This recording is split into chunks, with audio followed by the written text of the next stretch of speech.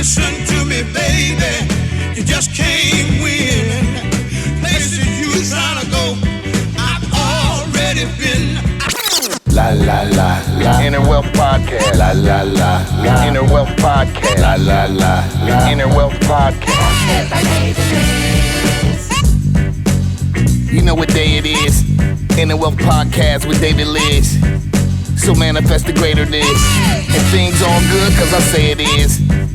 Invest in your inner wealth. Real generational wealth is mental health. It's an inside game, no toxicity. Let's talk and more listening.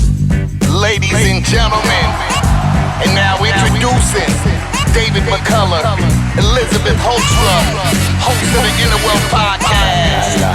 Inner Wealth Podcast. La la la la. Inner Wealth Podcast. La la la la. Inner Wealth Podcast.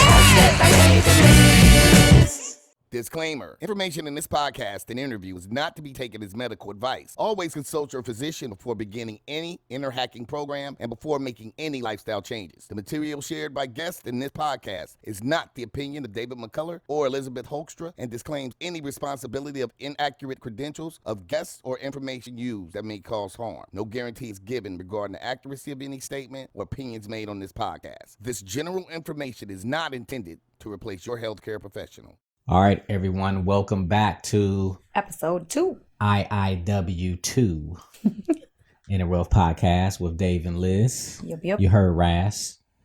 So we're going to dive deeper into, I talked a bit about my story and how I started my wellness journey. A little bit about, how we created Inception, which, really is the foundation. It's the foundation, but Neuro Fitness Center was the foundation for us. Oh yeah. Now that we talk about that Neuro Fitness Center, yeah, we talk about how I met you. Yeah, all them years ago. How many years ago is that now? We going into year 15. Woo. It'll be going into year 15. I remember I met you in the summer around 2007. So this summer, I think I was 19. Around that time. Yep, I was 19 years old. 19, man. So I met you through a neighbor of mine, a shared friend, and I remember him telling me, "Yeah, I gotta introduce you to this person." And it's funny why he wanted to introduce you to me is because you thought I was a psychic or something. Yeah, I was obsessed with psychics. Like my whole life, I always try to go see some psychics. I was always searching for something. And TC, that was our mutual friend, rest in peace. He always told me about you. He's like, "Man, I gotta introduce you to my neighbor because he's like a psychic. He knows how to read your brain and like he's like a brain surgeon." And I was like, boom. I was like, okay. Oh, I gotta meet this. Hold up. How am I be a psychic and a brain surgeon? Yep. Brain surgeon, psychic. You could read my brain. You could do, you could see my future. You knew who I was, like all this stuff. That's some crazy. I'm a psychic brain surgeon. That's a new one for me. Yeah, he was bragging on you. He was like, you're bragging on you. Yeah. So then when I met you. Yeah, I shared with you the technology I was using at that time, which was called brainwave optimization. And if you missed episode 1, you get a little backstory about that and talking about brain mapping. Yep. Do you remember when I took you to the office? What did your brain map look like? Do you remember? I don't, to be honest, like I don't remember too much of what my brain looked like. I remember it was jacked up though. You just remember it was messed up. it was jacked up, I remember. But I was there. I mean, all I had to do, you said the word, you were like, yeah, I do this, that, and the other. I was like, take me. I'm there. I think I went that night, right? We went that day, I think. Same night. Yeah. Yeah. I was ready. Access, get in. And, and two, I was like a kid in a candy shop with my new toys, man. Oh, man. Like I would train like anybody who would let me. Because it's just, I knew too that once you train, I knew it was going to change your life. Oh my God. I didn't know how it was going to change your life, but I knew. And I don't think I was just like, ooh, I just want to see the reaction. Oh my gosh. Wait, so what? Do you remember what my brain map looked like? If I remember, I think you did a couple of them on me. Yeah, I mean, we did brain maps throughout the years, but I think that first one, I remember your brain was more in fight or flight. But interesting enough, even though that brain map showed fight or flight at that time, You really spend a lot of time in freeze. Yeah. Yeah. I think I kind of switched back and forth, but most of the time I really think I was in freeze because I was always having trouble feeling, like trying to feel things. Well, and that and when you told me about like, because I was like, I always meet people and I'm like, want to know their traumas because then I can know why the brain is in that pattern. And you was like, I don't know if you told me what traumas you had, but I think you told me one big one, and I was like, yo, because you talking about the adoption, you being adopted, right? And I was like, yo, that's trauma, and he was like, oh. Man. So why did you think at that point in time, if you can remember back, where were you at in your thought process and thinking that adoption didn't affect you? Yeah, I mean, because it's you can't consciously remember that type of stuff, So all you know is what you know, which was I was adopted, and my family, my mom has been my mom and my dad was my dad, my whole life. So like I couldn't connect the emotional connection of abandonment or anything because I never had I didn't have a conscious memory of that. So I didn't feel that, So now that you know that too, and if you think about that, this idea that like, oh, you were too young to remember that. But we know that the brain remembers everything. The brain and the body remembers everything. Because throughout my life, I've had terrible abandonment issues, terrible, and I never really got abandoned. My mom and my dad never abandoned me ever. Well, you're adopted. My adopted mom, right, my birth mom. So now realizing that I have major trauma, associated with adoption, I can connect the fact why I have serious abandonment issues. Because honestly, I mean, after doing years and years of research and looking into, epigenetics and even the pregnancy of a woman, like stress hormones cross the placenta halfway through pregnancy. So if you're an unwanted baby, you're going to feel that, halfway through pregnancy. Yeah. So you're entering this dimension like you're not wanted immediately. And you got to think about people who've been adopted. Like, most times, would you say, and maybe this is just my thought process, is if someone put you up for adoption, they just didn't do it after you were born. They were already they had already struggling thought about that. Yeah. within themselves about what they were going to do with you. Right. So that back and forth battle inwardly has to be creating, some turmoil with the baby. Absolutely. Absolutely. And, I think... I did a couple, therapies and some past life regression stuff, and they regressed me actually to my birth. So I kind of felt that process over again, and in feeling that and experiencing that again, I realized that I never saw my mom. They took me right away from her. And I remember the emotion of that coming out of the birth canal and just wanting to be hugged and loved by the woman that was carrying me. I didn't have that. And that's crazy because certain animals, like when you come out, if you're not with the mother for a specific time frame, like you die. You die. Yeah. Oh, it's science too. I mean, babies. What was I was listening to? I think it was Bruce Lipton, and he had done this research on babies and babies that are not even like loved a lot. And I'm not talking just, if you don't touch a baby for the first months of their life, they'll die. Right. But some interaction you get, but then those kids, they're depressed. They have autism, they have serious health issues. Well, then too, if you're not even being, touched with, physical touch and things of that nature, but think about colostrum. Oh yeah. And the first mother's milk that you're supposed to get. Yeah. Yeah. So all these, so it's just the same thing even with, I know it's kind of like sounds different, but like being born through the vaginal canal versus C-section. Like your brain, actually that stimulus coming through the vaginal canal jump starts certain neurochemicals in your brain. Oh yeah, right. So that whole process, and if you're going through the C-section, you're missing out on that. Yeah, and that's probiotics from the mother's canal. You miss out on a ton of stuff when you get it. So that's trauma, and then I believe you're supposed to something with the placenta that you're supposed to. I think you're supposed to keep something. Yeah. But all those factors to me all tie into mental, emotional, Absolutely. and physical. Absolutely. So when we this talk is your about introduction to this world. To the world. You know? So if and you're already in a deficit. Oh man. Oh man. So being adopted, like I never connected that. I never had those emotions. I never felt that because all I knew was what I knew consciously. So because you experienced those things, even though you were raised with a family and a decent family, and that's the thing that because I've worked with adopted kids. Yeah. And the adopted parents always think, well, I given them everything. I love it. It's like, no. It's not the same. It's not the same. It's not the same. You can't replace what they missed from the biological mom. You can do the best you can, but you can't replace it. Right. And then you still don't know what happened in those first, even days or, months. For me, it was 3 months before I was placed with my family. So, I mean, that's a long time. Right. That's a really long time to be, monitored, which I was. So I had this one client. It was probably 2012. Name was Michaela.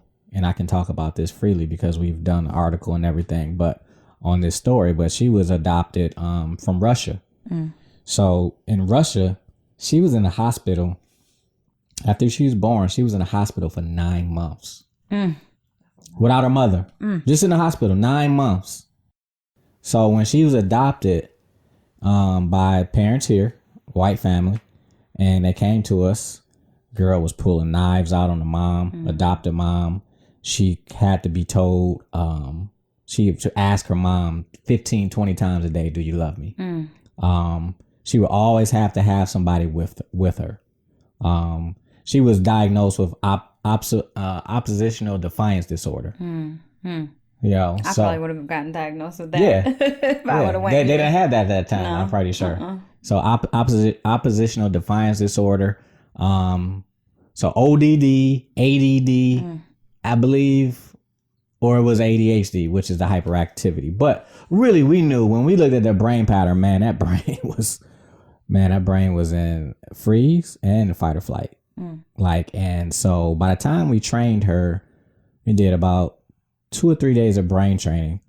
The mother came in. She said, man, this is kind of odd. I said, she said, you noticed that?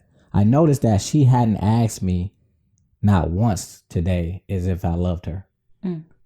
Brain already starting to shift. Right. And come out of this safety into a lack of safety into safety. Protection into. So it wasn't the mother and being adopted that was going to make her safe. No. It was her nervous system. Exactly. When we talk about episode 1, regulation of the nervous system, the nervous system starts to regulate. Now the safety begins. Right.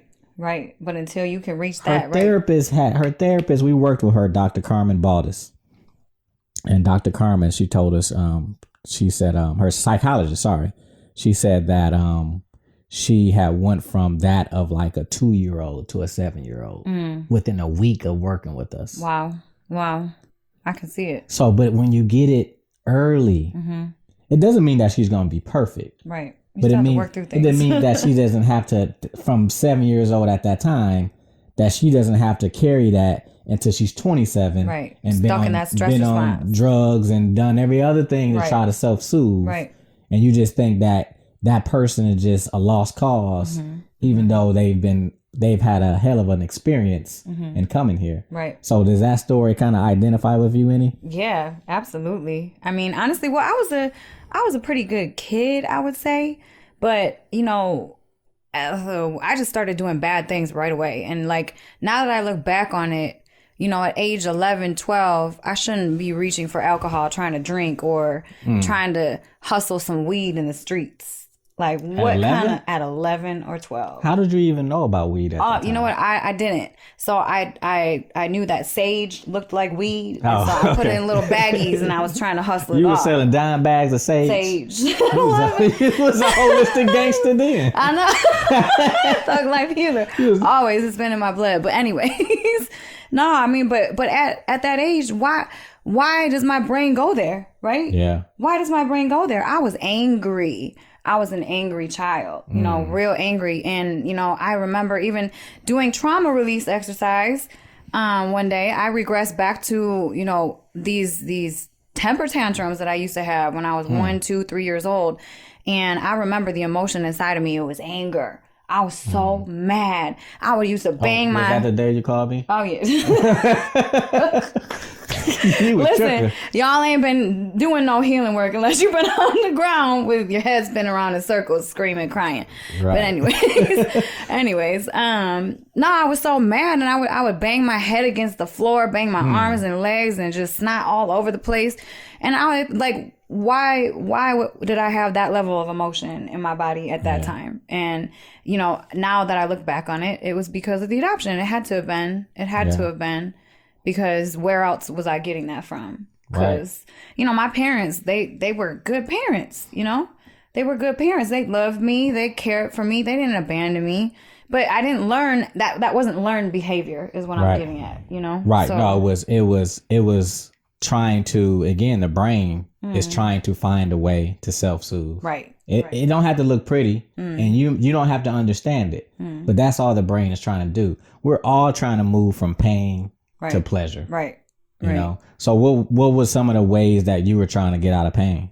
Oh man. So, you know, I started the addiction stuff early in life, you know. I was trying to self-soothe with alcohol as soon as I knew what alcohol was. 6th grade. How old are you in 6th grade? It was like between the summer of 5th and 6th. Maybe, something like that. Oh man. So 5th and 6th grade, I remember the summer of that year is the first time I drank. I took, you know, my parents had this liquor cabinet. I would get it, drink some, put some water back in it, put it back, you know. I was You know what? In my neighborhood, I knew some people who, you know, the parents had a bar. And next you know, man, that whole bar would just run through. Yeah, that's what I did, but I filled it back up with water. At least you know what to do. Yeah. Everybody gonna take a sip of their stuff like, this is watered down. why does it taste like Ice Mountain? Ice Mountain. Yeah, so I started drinking young, real young, because I was in so much pain, but I didn't even realize I was in pain though. That's the thing. I was so frozen. I think I was trying to feel something, you know? Yeah. I was trying to feel. So alcohol made you felt like alcohol did alcohol bring you alive? It brought me alive. I was able to socialize. You know, I got popular in 6th grade. Like I was real popular. Life of the party. I was life of the party. Yeah, because you know that's what they call a truth serum. What really it does is, if you really think about it, balancing of the nervous system. Your nervous system is not necessarily balancing. No. But you have a sense of relaxation. You know that now you have some space that your self. Yep. Can start to come out, right? Right. Exactly. Yeah. So did that? What else did that go through? Did that lead you down other pathways? Because you know people always talking about gateway drugs and stuff like that, but I don't believe in gateway drugs. I believe in gateway trauma. Yeah. No. Right. There's no gateway. I don't. They used to talk about that all the time back in the day. No. I just think honestly, I really think that entering this world. I came here with a ton of trauma. I came here and I felt a way when I was born. So I carried that energy with me, which attracted more trauma, more drama, more BS in my life, you know? So I kept getting re-traumatized with abuse, and then I started abusing myself with substances, and then I started getting in trouble with the cops, and then I started, being in bad places at the wrong times and partying too young, which obviously brought on more trauma and more trauma and more trauma. I mean, if you think about it, like anything that a woman could probably experience, I've experienced and gotten through, and but it was all because I really feel like I started this life like so broken, broken, and I never knew what to do, I didn't know what to do. And at that time when I first met you, I was like, okay, like this Asian girl. I was like, and I didn't know too much about you, but I think one time I came out there where you lived at, and this is out in Lansing area, and I came to your neighborhood and I was like, what in the world? I was like, why is she doing these things? But I knew. But to see that was a totally different experience. But I went to school with people who was like that. People whose parents were judges, politicians. Yeah. But they trying to act like they're from The hood. Yeah. Oh, I used to put myself in terrible situations. Listen, I moved out of my house when I was 14 years old and moved to the hood of where I was from, and lived there. That's where I met. That's where I met TC. That's where I met TC at. In that little apartment complex when I was 14. I lived there for a year by myself with my ex-boyfriend and his crackhead dad and his cousin. That was not a good look. I mean, all type of trauma over there. So when we talk about all that experience, and by the time you met me, and we start talking about, these type of topics and subjects, and you came and you did your brain map, but then you decided to come do like a week worth of sessions. I did. What happened after you did a week worth of sessions? Oh my gosh, that changed my life. That changed my life. I remember, I was in a daze from drugs. I was in a daze. I couldn't even finish sentences.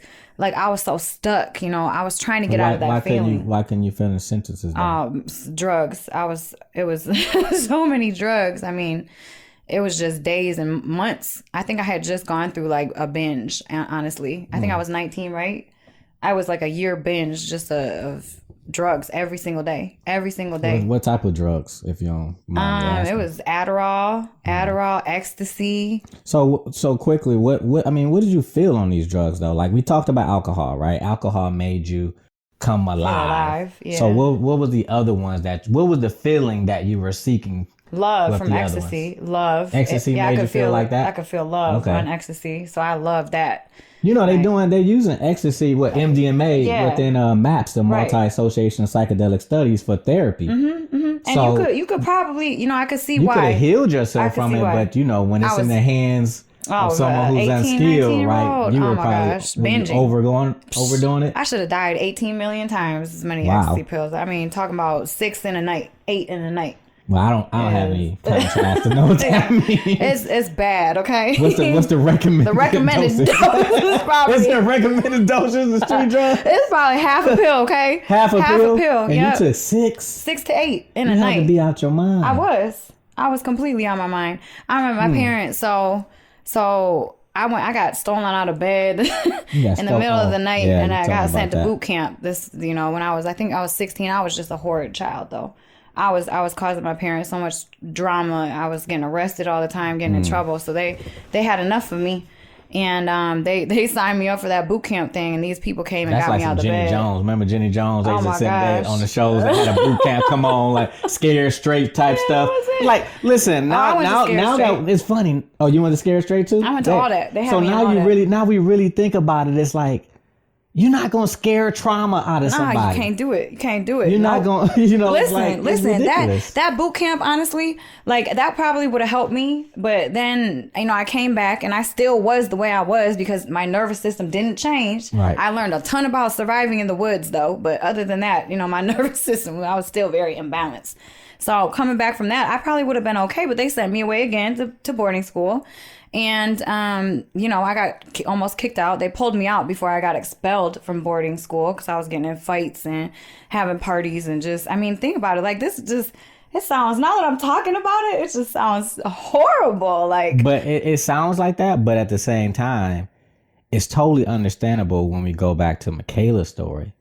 She's pulling a knife out on her mom. Right. That's because that anger, you know what I'm saying? That anger inside, it has nothing to do with everybody outside of you. Nope. That's how you feel, and you don't know how to express it. You're trying to move. You're trying to feel better. Yep. And after over time, that just becomes your norm, and then you found your ways to soothe through it all. But again, that's amazing though. By the time 20, that, like, when you met me, you seeking. Oh, yeah. Like, some people, they're not seeking. I was always seeking. That's why I always try to go to psychics. That's why she's going to psychics. All the time trying to go to psychics. But like, tell me what I'm supposed to do. Yeah, exactly. I was searching for the way. Because you're looking for your own direction. Yep, I was. Yeah. I was. But no, after I brain trained for a week, I changed my whole life. I remember I was in not so good relationship at all.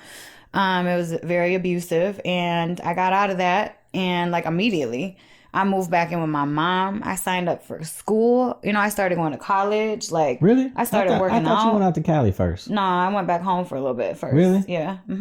I went back So home. is that when you went to culinary or you just went to school? No, I went to school. Oh, yeah, I do remember that. Yeah, I just signed up for classes. I just remember I got out of that fog. I was in a fog for like 2-3 years, you know, from the drugs. And I remember I couldn't complete sentences. And I've always been smart. Like, that's in me. Like, I've always been smart. So let's talk about that for a second. Because when I first met you, like, when like being around TC and the crew, it was like this, you know, it's kind of ditzy, you know, like, and then I would talk to you on the phone and I'd be like, damn, this girl's smart. Yeah. Right. And but it will always be back. Like, it's almost like you were scared to be who you were. So you had to go play this role. Yeah. You played a role with everybody else. And that's what our relationship, you never was able to play that role with me. And if anything, I'd be like, Liz. Like, your name wasn't Liz then. You was Asia. I'd be like, Asia, for real? Yeah. For real? It's like snap out of that. Yeah. Out of that pattern. That was my protection mechanism to play stupid, to play ditz, you know? I always played that because then I didn't have to. I don't really know why I did that, actually. Did you not want people to see you, or you wanted people to accept you and you felt like you had to play that role to people to accept you? Yeah, I think I did. That's what that was. I think I did have to think that I had to play that role. Yeah. So now you ain't playing a role for nobody. That's what happens when you that's what happened when you do healing work. All the people who you play the role with, they getting it. Yeah. They're getting it bad. Yeah, right? They get the you real balance yourself off after a while, but in the beginning it's like some hell to pay for everybody who you felt like they screwed you were codependent to. Anybody that you feel, man, that did you wrong. Yep. You know, and it's like that pain is just sitting there at the surface. It's like you shook up some pop. We call it pop. It ain't soda where we from, but you shake up that pop. Yeah. And you take that lid.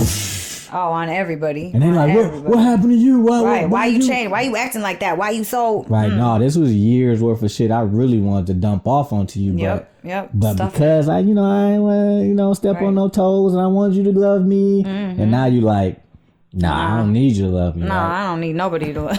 I love myself. You love yourself. That's the main person you find. Absolutely. And for years, man, we used to hear this stuff on shows. Like, you just got to love yourself. Like, you've heard that before? Yeah. You've heard, you don't go listen know to some Mary J. Blige stuff, right? Yeah. Like, no more drama is like, listen, you can say no more drama all you want until you do the work and you start regulating your nervous system, putting down some proper programming, creating some boundaries, enforcing some boundaries. Like, you don't love yourself. Right. You just talking about it. Exactly.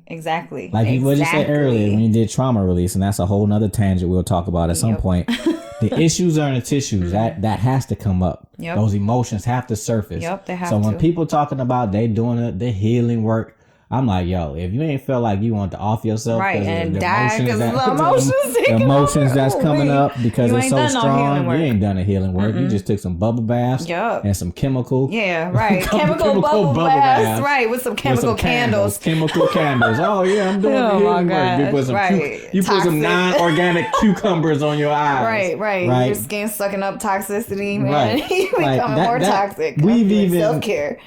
Whitewash what healing is supposed to look like, and it don't look like none of that. It don't. It look like being totally uncomfortable. It look like cussing somebody out who you wanted to say something to forever. Now you finally are letting out what needs to come out.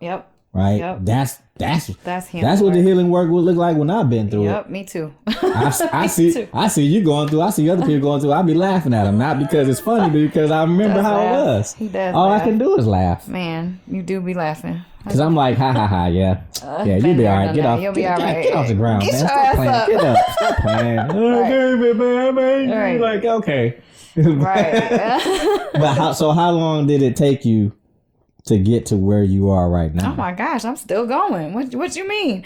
No, I mean, when I was 20, that was just the tip of the iceberg. That was just scratching at the surface of what it could feel like to actually feel better for once. But you know what? I returned.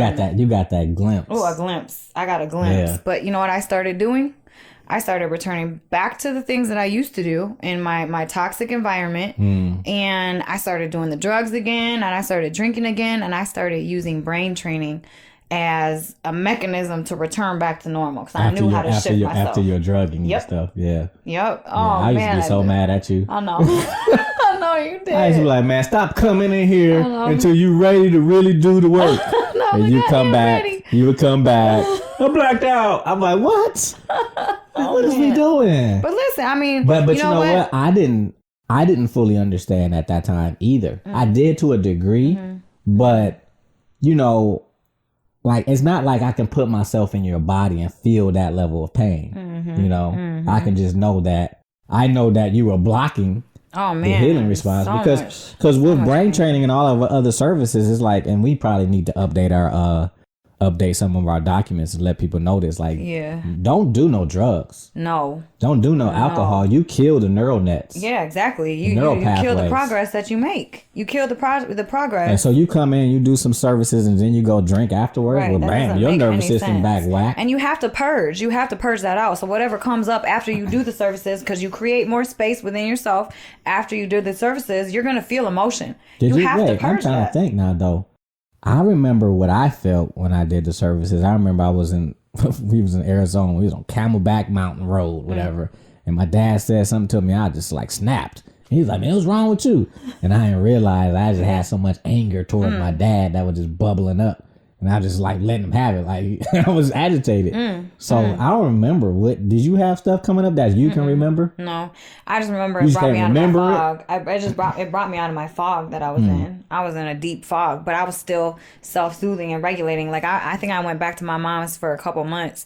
After that, I was like, peace out. I can't, I'm out. Like back to my normal life of drugs. And then I became the model actress, So I moved to Cali and I was in the entertainment scene, in the party scene, Hollywood party scene. Where out there it's normal. Hey, let's go, snort a line and go run the hills. That was normal. Yeah, I can see that being normal after going out there when we did that Vice shoot in Cali. Oh, it's normal. I was like, man, these people. I mean, if you don't, you want to bump. You want to bump. I mean, the party scene out there is not normal if you're not on cocaine or something.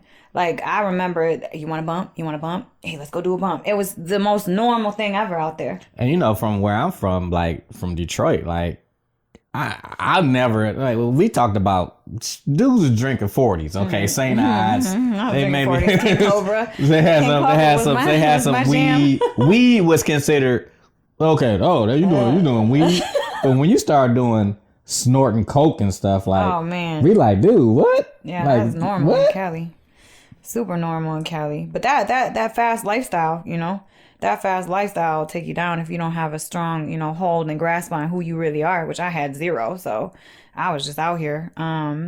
But you know what? Throughout all of that, I remember myself still, I was trying to be better always. Like that's why I kept good relationships with people, even though I was on the drugs, on alcohol, partying all the time. I was still about my business. I still wanted to do well, and be a good human being. Yeah, I remember you called me. I think you was in New Orleans at that time, and you was like, David, I'm working at where are you working at? GNC. I was like, you working at GNC? I was shocked because you was hustler. So I was like, I became the best. I was like, how could you go from? Because I used to always talk to you about that fast money. I'm like, yo, that fast money can ruin you because then you can't even go work a normal job. But you even wanted to put yourself in a structure. And I was happy for you. I was like, wow, great. She got a job. I love that job because I've always been concerned about my health. Honestly, ever since I was little, I've been taking probiotics since I was like 10, I started looking up all that stuff when I was younger. So for some reason I was really attracted to that job, because of the supplements and like learning about what does this for your body? What does that for your body? So I became really great at that job, actually. I love that job, even though GNC is I know, it's full of toxic it's stuff. Pretty toxic, but at that time, we were all going to GNC. Right, exactly. So there was really nothing else at that time. Right, no. There really wasn't. No, it wasn't. And even if it was something else, it's still what we talk about now. We know supplements and we know good quality supplements, whatever. But that's what that got you into that world. Yep. But that got me into structure, I moved out there because I was supposed to be in a movie. So I was working with a guy out there and doing some modeling and acting work. And, I ended up, I think I was with my ex at the time and we broke up. But I was out there for about a year, and I had structure when I was out there. And by living that, like, I remember I wanted that again, like bad. So I came back to Michigan after Louisiana, and I went to school. I started going to school, culinary school, because I love to cook. Like in the South, I learned how to cook all that Creole stuff. So I came back here and signed up for school and started going to school. And, you know, I was in culinary school. And I graduated, got my, you know, baking and pastry certificate, and really started working. I had a real job, you know. So, I mean, after that point in my life, I started really, really gaining structure and knowing what that was, you know. Still like modeling, still acting, but really I had a real job, you know. I had some credentials, you know. I started getting my life together. And I think And you were still doing stuff like brain training and all that. Oh yeah, no, throughout the entire time, I always even when I was living in Cali, acting, modeling, fast life, I would come back to Michigan just to brain train. Yeah, I know, you would hunt me down. Yes, I would, and you'd be so irritated with me. I remember you. What you want? What you want? Fine, Liz. Fine, Asia. Just go. Like, oh, just go. I'm like, what you bringing me to eat? Oh yeah, I remember. And I had to create a boundary. I was like, yo, what you bringing to eat? Right. Bring me some food. Yeah. But I ain't got no money. I'm like, where else you gonna go to get some services? Right. I ain't got no money. I'm like, you better bring me some food, something. Right. But you should do it. You should, you know, you like. It's one thing I can say. Out of most people I know in life, it's maybe one other person who I know like scratched and crawled and clawed their way to consciousness, to a level of consciousness. Nobody could ever tell me that you can't get better, because I saw you again 14 years doing the work. Yeah. So when people try to come and bring your past up to me, I'm like, well, who the hell you think was there? Right. You think you telling me something I don't know? Well, she was doing this. Okay. Okay. So that right there was like, nobody gonna be able to tell me something that I didn't see or witness firsthand. Exactly. I know more than they know. Yeah, exactly. You know? Exactly. And man, it's just, I can look upon people like these poor young people that are out here just acting a fool. It's like, I feel empathetic towards them, because it's like the pain that they're in. I feel that for them. Yeah. Because I was there, you know. All it is trying to get out of pain. That's it. Yeah. That's what we're talking about addiction. We were talking about that earlier. This idea of addiction and it being a disease. No. It's a dis-ease. It's in your body. It's a dis-ease within yourself. Dis-ease, but it's not like a... You used to say to me all the time, I just got an addictive personality. I say, no, Liz, you don't have an addictive personality. You got a trauma-based personality. Yeah. You know? Yep. Like, you're trained in that way. You've nurtured yourself in that way. In that way, right. So, like, even leaving now, like, I think during the pandemic, like, I just had, like, this moment when I was like, you know what? Like, I had never really processed seeing you grow as a person. Like, I remember these stages of you. And so because it's kind of fleeting and you just, your new little you become your new normal you, right? Yeah. But if I go back, I'm like, yo, you had to do some transformation. Oh, yeah. And so your personality. Massive. Your personality is nothing like what it was. Nothing. I am not the same person. I am not. So when people say, "Can you change your personality?" Well, you not even in your personality. Right. You just are. You in your trauma-ality. You know? Right. You're not in your personality. No, you trying to self-soothe and cover up pain, and you reactive and no space. A person with no space doesn't really have their own personality. You know what I mean? Right. They're not acting as themselves, as their conscious self. They're acting as their reactive, traumatic self, you know? Right. So, I mean, all those years. And you too, you've been around the athletes, the stars, and all these different things. You've been around people with money. You've had money, you know. I've lost money. I've had money. I've been balling, been broke, been homeless, been in mansions. I mean, up, down. Been in trouble, been to jail, been out of jail. But if you really pattern that all together, guess what that sounds like? Nervous system. Dang, it does. Oh, Yeah, it's a fractal, right? Up, down, Up, right. down, up, down, up, down. Yep. And some and your Yep. and your valleys is just as high as your peaks. Yep. There's Yep. no real in between Right. into it. Right. There You know? wasn't. There was zero And regulation. even in your personality and how people experienced you, it was either one way. You know? But I mean, people didn't really ever know me until these past maybe 5, 6, 7 years. They never knew me because I had a mask on. I was the ditz. You know, I was a pretty ditz. You know? That's funny too. Like, it's just like, you know, guys be coming to you like, oh, they want to so be with you. And they don't even know you. They'll be like, oh man, why you ain't with her? I'm like, do you know her? I know. You're asking me why I'm not with her. Do you know her? Yeah, they didn't even, man. None of my dudes really even knew, like, yeah. Damn. Because I had a mask on for a long time. I was Asia Rain. Yep. My mask. That was my mask. You know, Magic Johnson used to talk about that. He was like, man, Irvin Johnson and Magic Johnson are two different people. And when I heard that, I instantly thought of you. I was like, yo, Asia Rain and Elisabeth. And I made a decision. I made a conscious decision. I don't know if you remember this. I made a conscious decision. I was like, yo, I'm not calling you Asia no more. I remember that. You remember? Yeah. I'm not calling you Asia no more. Yeah. You're Elisabeth. And now I can't even call you Asia. I know. I don't even know that person. That disconnection between the two. Right. I've grown out of that girl. She pop up sometimes. Sometimes you gotta draw her up. Sometimes you gotta conjure her up for certain reasons, but for the most part, you know, she's an extrovert, but because of the drugs and alcohol. I used to think you was an extrovert, and I'm like, yo, you were so introverted. I'm so introverted. That's why we get along, because it's like, yo, we can go on vacation and we ain't gotta go nowhere. I know, we can just sit there. Like, cool. Oh, let's go here, let's do here. I'm like, man, we doing too much. I know. I'm tired. I'm tired, man. I just want to chill. Like, yeah, what? right. No, I don't. I'm introverted. That's crazy because I used to. And then you're a nerd. You be nerding out like that. Like, so when you had that awakening, like you just like you do the Neo thing, like give me all the knowledge. I'm like, what you doing? I'm doing sacred geometry. I'm doing mathematics and computations, vortex math. I'm like, what? I'm like, I can't do that right now. Can't do that right now. Because we now. had two different stages of our journey, right? I did that in the beginning. Yeah.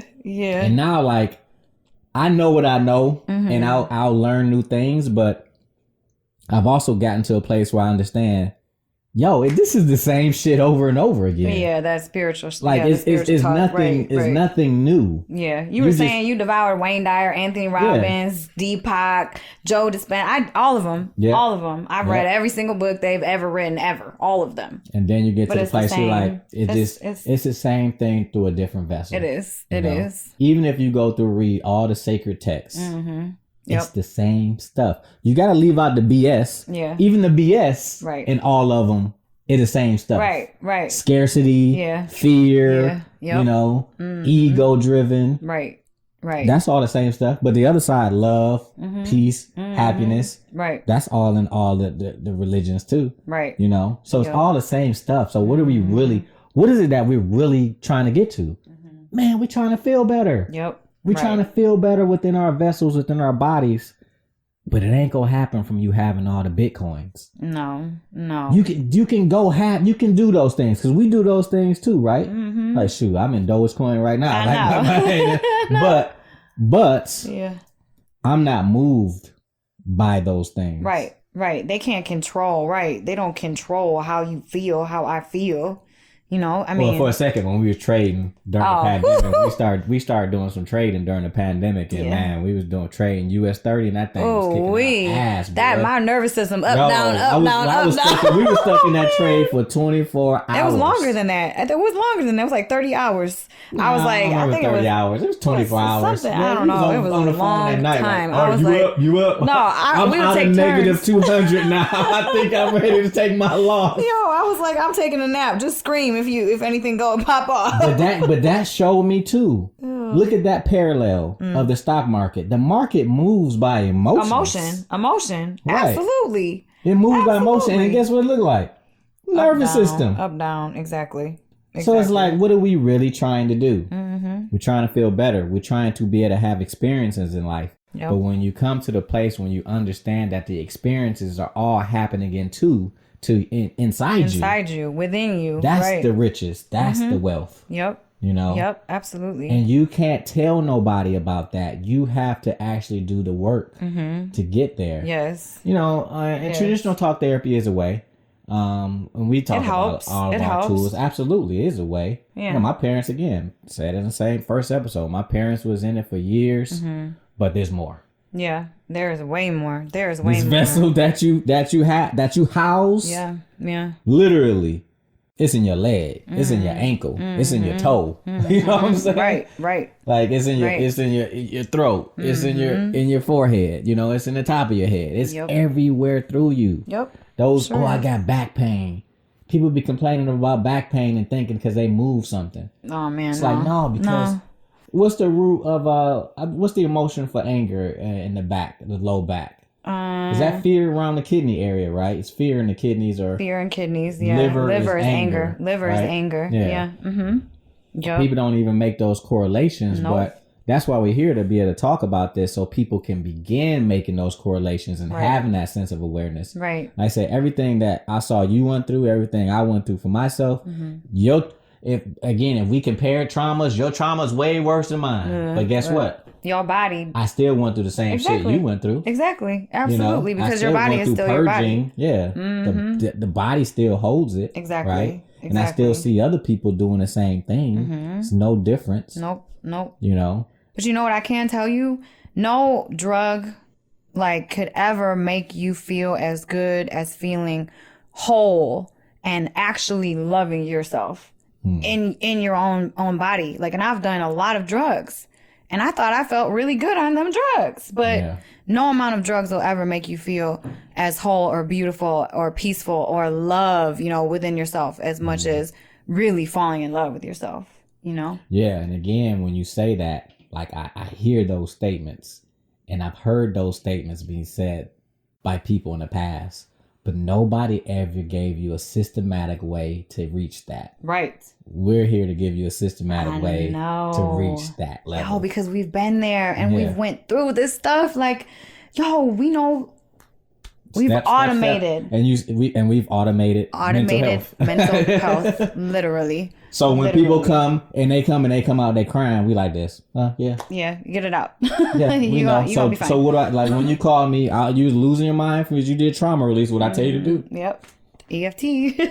Exactly knew what you needed to do. Yeah. Here are the steps to loving yourself. Right. To bringing your nervous system back into homeostasis. Right. Here you go.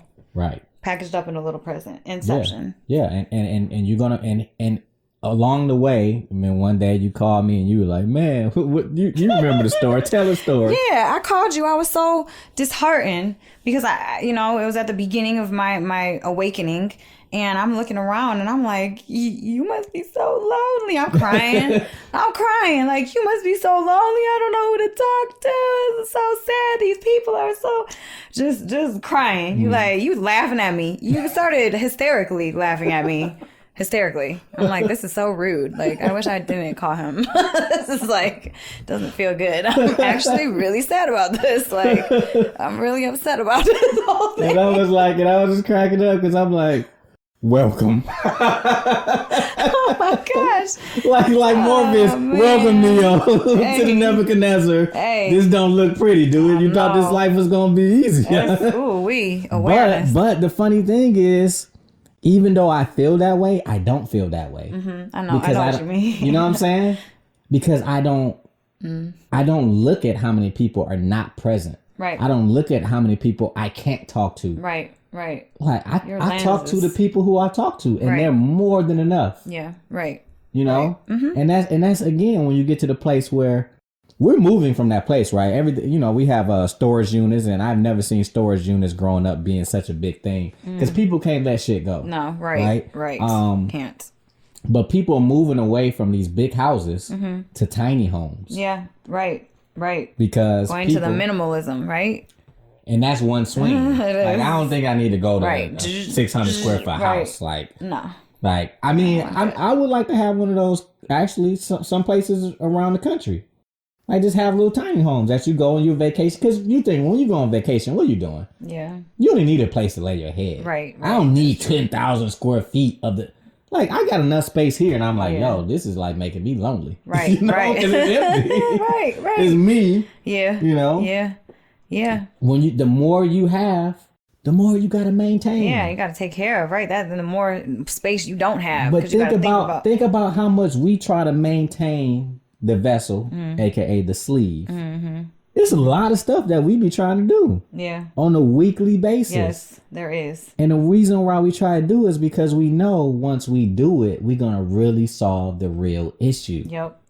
Not try to go and do the self-soothe thing. Oh, you're gonna get your colon cleansed. You know, you're gonna you going to Dr. Perry next week to get some lymphatic work. Yep, sure am. You know, I stand in front of my red light therapy daily. Me too. Shining light on my balls because testosterone. Gotta increase your testosterone. Yeah. Cut porn out. Right. Not because, it's so morally bad. No, because I know it's burning my brain. Listen, this is a whole lifestyle. You have to change everything in your life. Once you wake up and you really want to be optimal and be, the best you that you can be, everything in your life has to change. Everything. Because let's break down waking up though, because because a lot of times people hear that term and they think of, it's a lot of, again, it's like trigger warning, right? Like triggers, they're using wake up terminology and now that's associated with judgy, new agey or whatever it is, whatever term you want to use, waking up to you, right? Like to your level of consciousness and what you're doing. Right. The therapist is trying to help your unconscious become conscious. Yeah. So then you can change. Yep. So we just use these terminologies because we like these terms, and they resonate with us. Yep. So when we talk about waking up, people be talking about waking up to certain conspiracies and stuff. It's like, okay, great. I went down every rabbit hole you can think of in terms of conspiracy theories. Yeah. But guess what? Guess what that do for you at the end of the day when you listen to it? Drive you crazy. Nothing. Yeah. I can't call the Avengers up and go get an Iron Man suit and go fight Hydra and the reptilians and whatever else. What you can control. You gotta focus on what you can control. What I can control is my vessel. Yep. Exactly. What I put into it. From water. Yep. Food. Right. Air quality. Light. What I listen to. Yep. Light. What I look at. What's I take on my skin. Right. Right. All of that. People don't understand. Women, what's the number? 100. I think it's like 180 different. 172 or something. Different products that you put on your toxic products that you put on your body and your mind. We're going to bring Dr. Perry on here and we're going to talk face. about the lymphatic system and their role in that. The first time I really started getting lymphatic work done. Woo! New level. I was so taken back at how I felt. Oh man, me too. Like I was like, what is the connection to the spirit? You remember you were texting one day, we were in a group text and we were texting each other like, man, I just really appreciate you. I'm so grateful. Oh my gosh. Like that was after lymphatic work. Yeah. Well, it makes sense because it's your sewage system in the body. So if you start to move the junk out, then you can have awareness to the good things that are present, And I know that lymphatic work changed me, and I continue try to, I do lymph brushing. I got a vibration platform. I have a jump on my cellular trampoline, all lymphatic work. And again, this may sound like, growing up to my bishop's wife, she used to have a ton of supplements on the counter. And, you'd be label her like this health nut person, like, oh, why are you doing all that? And the thing is, okay, the supplements, I don't believe in taking that many supplements as she was taking, because a lot of that stuff, first of all, we start to learn a lot of that stuff is toxic. Well, yeah, a lot of it is toxic, and a lot you can't even absorb because you don't even know what you're absorbing. And then if your body is stuck in a stress response, you're running through your resources, so you don't even know the absorption rate after you throw a whole bunch of stuff in you. If you're stuck one way, you're not absorbing. You're not absorbing. It's running right through you. But I can appreciate what she was trying to do. Oh yeah. And I can appreciate, understanding. No, we're not some health nuts, that people can associate that. We just understand where the real wealth is. Exactly. And when you can understand where the real wealth is, then you can really build generational wealth. Yep. You know, Exactly. better habits. Exactly. Because what do you want your kids, anyways? What do you want them to feel? You want them to feel happy. You want them to feel loved. You want them to know that it's okay to feel sad. You know, you can get over that. You can move through that. It's okay. You're going to feel angry and depressed. But, you know, to move from anger or depression to, you know, to happiness, that's the goal. Right. That's the goal. To happiness, and then to understanding that your life, like you said, your life is not going to all be happy. Right. Exactly. And man, go look at animals. Just to go get a meal, their life. I know. Their life. They can lose their life just to go get food. Yeah. Yeah. Right? Right. Exactly. Just to get food. So, but they still understand how to regulate after they've been in danger. Right. And for us, we have to understand, okay, you're going to have some bad things that's going to possibly pop up in your life. Right. But to be able to regulate afterwards. without using these outside and thinking that these outside things are going to make you feel better. But, you know? but just think about it too. Think about everything that you've been through in your life. How much of it would you say was self-inflicted? Oh man, all of it. Because it's all a choice. It's all a choice at the end of the day. All of it. That's the hard part, that we have to move from the victim mindset. Yeah. And not using victim as a victimization. Some people use that word to try to make you feel like it's wrong to feel bad. You feel bad. But the thing is, after you felt what you felt, victimized, whatever, because some people have definitely been victimized. Yeah.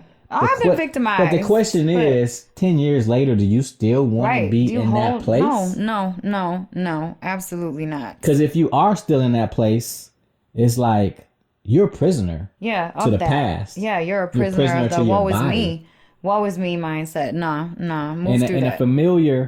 A familiar pain is greater than an unfamiliar gain. Yeah. And people get stuck in that. That's how people... You know, you can get stuck in, I don't care how it feels. You can get stuck in that pattern. Some people like to be beat. Yeah. Like physically. No, yeah. That's what that whole dominatrix and BDSM and all that stuff. I think I've been there before in a past relationship. Hit me, mother. I've been there. Like it feels. Because it makes you feel. Yeah. It makes you feel. Because you're freeze. Yep. You want to feel. Been there, done that. Yeah. Right? Like all these connections that we seem so gross or whatever, it's at the end of the day, it's the same thing. Yep. It's human psychology, neurology, physiology. It's all connected to that. Yep. So the question is, what's driving you? Yeah. What's driving you to do those things? Back to the adoption. Yeah. That key event in your life drove you down these patterns. Right, exactly. And then self-inflicted wound after other self-inflicted wound. And it's just like you spiral at some point, you know? You spiral. And people find that somehow emotions are a weakness. Oh, but my emotions gosh. aren't weakness. Emotions is the strength for you to one is great because you came into this body to feel. Yeah, exactly. That's the whole point of this dimension. You came with senses. Right, senses These to senses to feel. The problem is when you're overfeeling and underfeeling. Yep. We want to be able to feel and regulate. Yep. Exactly. I grew up with people, man. Their parents, they try to shield them from everything negative. Can't do and that. Guess what? Ooh, their nervous systems. Nervous system like cotton candy. Baby nervous. You need enough stimulus. Same way you go to the gym to lift weights. You want to lift the weights enough that your body can adapt and you can grow muscle. But if you give it too much stimulus, you can injure yourself. And now you stunted growth. Yeah. You're injured. Right. You may not ever grow the same way. Right. You need just the right amount of stimulus. Yep. But black people in our society, man, we had too much. And then you got to think about generational trauma. And that's stuck in your body. 15 generations. Yeah, 16. It's 16 generations that's stuck in your body. And then trauma opens up the genetics so that starts to be able to be expressed. Exactly. Right? So it's not that trauma is bad. It's not being in a regulator's trauma is bad. Too much trauma. I mean, it's the straw that broke the camel's back. You can't have so much stimulus You can't live and be effective in the world by having an overload. Right. And we're on overload right now. Everybody's on overload. America is overload. Western culture is overload. It's overload. I mean, I'll sleep when I die. What? yeah, you're going to die a lot quicker. Yeah. But right. biblically, and I'm sure you can go through the other books, it talked about gluttony. You know, overconsumption. We're addicted to consumption. It's because we want to self-soothe. Yeah, exactly. Back to we're that all again. traumatized. So it's like your whole story we talked about, my whole story I talked about. It's the same thing. I'm trying to move from pain to pleasure. Yep. Anthony Robbins talked about that so much in Personal Power. Like, and he would talk about changing your physiology. The difference with Anthony's work is that he didn't understand, like, when you got that much trauma, you can stand straight up all you want. Right. But that ain't getting the issues out of the tissues, man. Nah, you got to do the work to get the issues out the tissues. And again, we created a systematic way to do it. Yep. And on these episodes, we're going to start breaking down how to do it. We kind of grossly go over some of these things. But again, we're going to talk about deeper ways of doing that. Yep. These first 2 episodes, we just want to give everybody introduction to who we are, why we do what we do. Right. Because I can care less about doing a podcast just to do a podcast. Right. This has to be able to impact people. This has to add value. Yeah, absolutely. You know? We do everything intentional. Everything that we do is intentional. Absolutely. Because that's it. Driving everything with intention. Right. So, and there is a way. You can feel better. You will feel better. Do the work and you will feel better. Trust me, I went through years and years and years and years of self-soothing through outer resources.